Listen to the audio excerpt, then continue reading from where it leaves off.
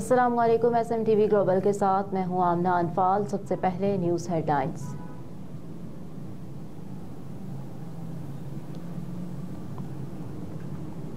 चौधरी परवेज इलाही और उनकी अहलिया के कागजात नामजदगी मुस्तरद। इलेक्शन ट्रिब्यूनल के जज जस्टिस चौधरी अब्दुल अजीज ने महफूज फैसला सुना दिया।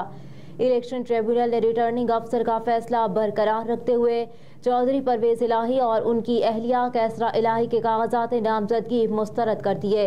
इससे कबल दौरान समात इलेक्शन कमीशन की जानिब से लॉ अफसर फलक शहीर और assistant director law Zulqarnain Haider, जबकि परवेज इलाही की जानिब से सरदार अब्दुल रज़ाक एडवोकेट अदालत में पेश हुए। इलेक्शन कमीशन ने साबिक वज़ीर आला चौधरी परवेज इलाही के कागजात नामजदगी के हवाले से रिकॉर्ड अदालत में पेश कर दिया, जबकि वकील मरकजी सदर PTI सरदार अब्दुल रज़ाक एडवोकेट ने दलाइल मुकम्मल कर लिए। इलेक्शन ट्रिब्यूनल ने दलाइल मुकम्मल होने पर चौधरी परवेज इलाही के कागजात नामजदगी मुस्तरद होने के खिलाफ अपील पर फैसला महफूज किया था।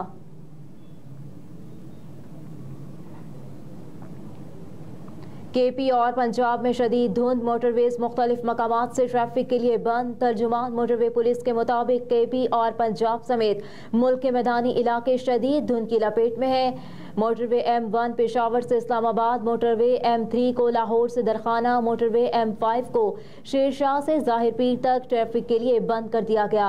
शदीद धुंध के बायस सवात एक्सप्रेस वे को कर्नल शेर खान से इस्माइलिया, हज़ारा एक्सप्रेस वे बुरहान से झाड़ी कस और मोटरवे M14 को हकला से यारक तक बंद कर दिया गया।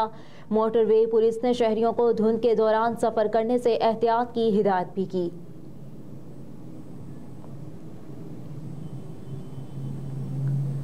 चेयरमैन पीपल्स पार्टी बिलावल भुट्टो जरदारी ने कहा कि बानी PTI बेगुनाह है तो उन्हें जेल में नहीं होना चाहिए।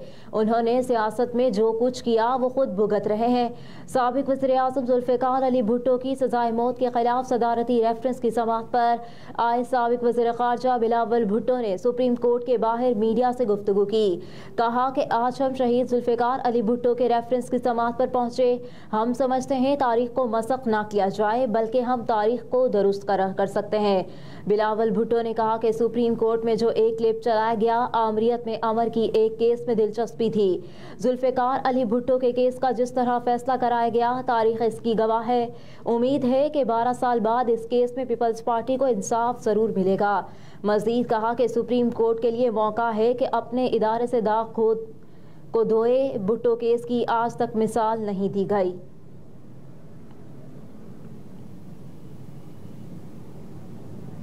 पाकिस्तान मुस्लिम लीग नून के रहनुमा और साबिक सूबाई वज़ीर राना मशहूद ने कहा कि हम अवाम की ताकत और जमहूरियत पर यकीन रखते हैं। लाहौर मुस्लिम लीग का था और रहेगा। कराची में मीडिया से गुफ्तगू करते हुए लीगी रहनुमा राना मशहूद बोले कि नवाज शरीफ और शहबाज शरीफ अज़्म के साथ आए। मुल्क में खुशहाली के लिए काम करना है। मुस्लिम लीग नून अवाम की ताकत पर यकीन रखती है, इसलिए हमने बिलावल भुट्टो या किसी और के खिलाफ एतराज़ात दाखिल नहीं किए। मजीद कहा कि सिंध को तरक्याती कामों के लिए अरबों रुपए मिले, लेकिन सिंध में पैसे लगे नजर नहीं आते। कराची की ट्रांसपोर्ट और पीने के पानी का मसला हल नहीं किया गया। शहर कायद के लोगों को बेहतर सहूलियात फराहम की जाएं तो हम बहुत आगे निकल सकते हैं। मजीद कहा कि शहबाज शरीफ पहले भी एक विजन के साथ कराची आए, अब भी हमारे पास कराची की तरक्की का एक मुकम्मल प्लान है। सिंध में एक वसीउल जमाती इत्तेहाद बनाया है जिसके दरमियान तमाम मामलात 1-2 रोज में तय हो जाएंगे। NA 242 के हवाले से MQM की जानिब से अच्छी खबर मिलेगी।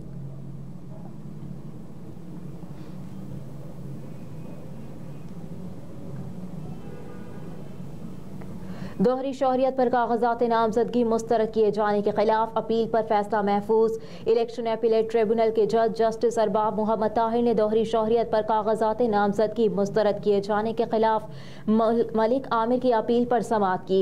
इलेक्शन कमीशन की जानिब से लीगल टीम में समन मामून और ज़ेकम अनीस अदालत में पेश हुए। जज अपीलेट ट्रिब्यूनल ने वकील दरख्वास्त गुजार से इस्तफसार किया कि आप सिर्फ दोहरी शौहरियत का बता दें, जिस पर वकील दरख्वास्त गुजार ने बताया कि सिंध हाई कोर्ट का दोहरी शौहरियत से मुतालिक जजमेंट दे रहा हूँ। जज अपीलेट ट्रिब्यूनल ने बताया कि हाई कोर्ट को छोड़ दें, सुप्रीम कोर्ट की कोई जजमेंट दें, जिस पर वकील इलेक्शन कमीशन ने दोहरी शौहरियत से मुतालिक सुप्रीम कोर्ट के फैसले का हवाला दिया। वकील दरख्वास्त गुजार ने बताया कि हमने दोहरी शहरियत तर्क करने की दरख्वास्त दी हुई है। वकील इलेक्शन कमीशन ने मौक़िफ़ अपनाया कि कागजात नामजदगी जमा करते वक्त उन्होंने दोहरी शहरियत का जिक्र तक नहीं किया।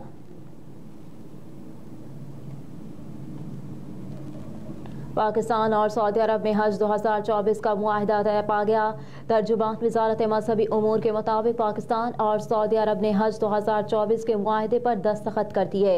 हज मुआहिदे पर सऊदी वज़ीर हज तौफीकुल अरबिया और पाकिस्तान के वज़ीर मज़हबी उमूर अनीक अहमद ने दस्तखत किए।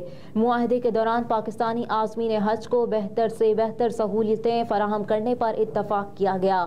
तर्जुमान वज़ारत मज़हबी उमूर के मुताबिक आज सऊदी अरब के शहर जद्दा में आलमी हज एक्सपो शुरू होगा। हज एक्सपो में हुज्जाज की सहूलत के पेश नज़र मज़ीद मुआहदे होंगे।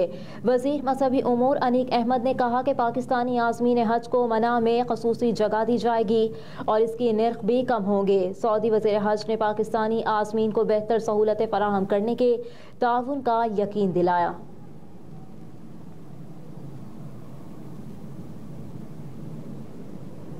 जुल्फ़िकार मिर्ज़ा और फहमीदा मिर्ज़ा की कागजात नामजदगी मुस्तरद करने के खिलाफ अपीलें खारिज। इलेक्शन ट्रिब्यूनल सिंध ने फहमीदा मिर्ज़ा और जुल्फ़िकार मिर्ज़ा के कागजात नामजदगी मुस्तरद करने के खिलाफ अपीलों पर समाअत की। वकील फहमीदा मिर्ज़ा ने दलाइल दिए कि एतराज़ करंदा को एतराज़ात दायर करने का हक हासिल नहीं। एतराज़ करंदा का ताल्लुक मुतालिका हल्के से नहीं। दलाइल सुनने के बाद इलेक्शन ट्रिब्यूनल ने फहमीदा मिर्ज़ा और जुल्फ़िकार मिर्ज़ा की अपीलें खारिज करते हुए रिटर्निंग अफसर का कागजात नामजदगी मुस्तरद करने का फैसला बरकरार रखा। महकमा रेलवे ट्रेन का सफ़र करने वालों को बेहतरीन सहूलियात फराहम करने के लिए कोशां, जिसके पेश नज़र पाकिस्तान रेलवे ने प्रीमियम लाउंज डाइनिंग कार मुतारिफ करा दी। रेलवे हुकाम के मुताबिक पाकिस्तान रेलवेज ने प्रीमियम लाउंज डाइनिंग कार का आगाज़ किया है, जो इब्तदाई तौर पर बहाउद्दीन ज़करिया एक्सप्रेस के मुसाफिरों के लिए दस्तयाब है। जदीद तरीन डाइनिंग कार में 45 मुसाफिरों के बैठने की गुंजाइश है, जबकि 40 खाने की अशिया पर मुश्तमिल एक वसी मेन्यू रखा गया है। Chief executive officer Pakistan railway ने कहा कि प्रीमियम लाउंज का मकसद मुसाफिरों को उनके ट्रेन के सफ़र के दौरान एक आरामदेह सफ़र और अच्छा खाना फराहम करना है।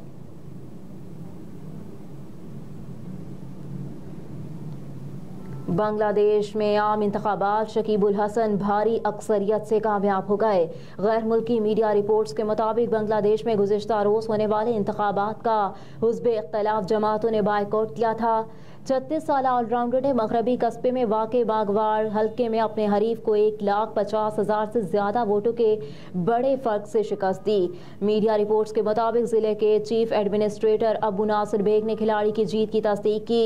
इंतखाबात से कबल बांग्लादेशी क्रिकेट टीम के कप्तान शकीबुल हसन ने एतराफ़ किया था कि उन्हें इंतखाबात में किसी संगीन रुकावट का सामना नहीं, लेकिन फिर भी फ़िक्रमंद है कि वो क्रिकेट और सियासत में तवाज़ुन बरकरार रख सकें।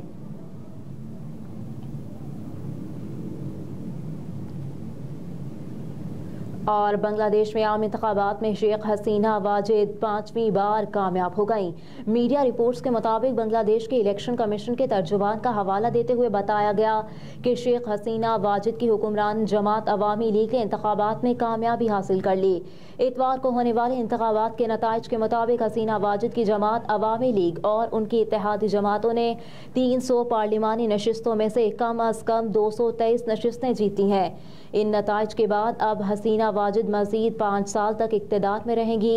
रिपोर्ट के मुताबिक बांग्लादेश में गुज़िश्ता रोज़ होने वाले आम इंतखाबात में वोटिंग का तनासुब गुज़िश्ता आम इंतखाबात के मुकाबले में 50% कम रहा। 2018 में वोटिंग का तनासुब 80% था और मौजूदा इंतखाबात में सिर्फ 40% रहा।